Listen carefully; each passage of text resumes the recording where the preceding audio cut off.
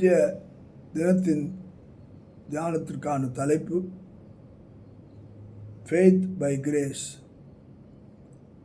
கிருபையினால் விசுவாசம். அதற்குரிய வார்த்தையாக ரோமர் 4 அதிகாரம் 16 Romans chapter 4 verse 16. ஆதலால் சுதந்திரமானது கிருபையினால் இருக்கும்படிக்கு அது விசுவாசத்தினால் வருகிறது. நியாயப்பிரமாணத்தை சார்ந்தவளாகிய சந்ததியாருக்கு மாத்திரமல்ல, நாம் எல்லோருக்கும் தகப்பனாகிய ஆபிரகாமுடைய விசுவாசத்தை சார்ந்தவளான எல்லா சந்ததியாருக்கும் அந்த வாக்குத்தத்தம் நிச்சயமாக இருக்கும்படிக்கு அப்படி வருகிறது. இங்கே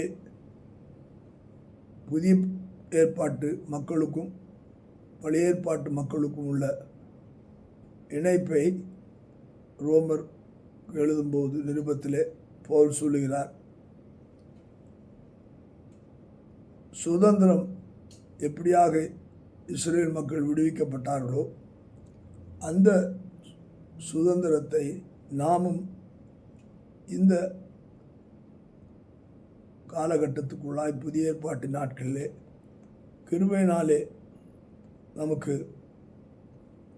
இயேசு கிறிஸ்து நமக்காக மரித்தார்,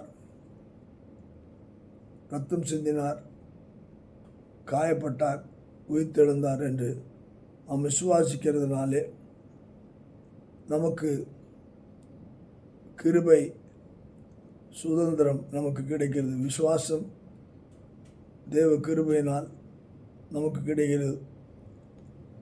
இது ஆபிரகாமின் தகப்பனாகிய விசுவாச தந்தையின் மக்களுக்கு மாத்திரமல்ல, அந்த வாக்குத்தத்தங்கள் அனைத்தும் சுதந்திரித்துக் கொள்ளுதல் நம் அனைவருக்கும் விசுவாசத்தினாலே அங்கே கிருபையை கொண்டு நாம் சுதந்திர வீதத்தை பெற்றுக்கொள்கிறோம்.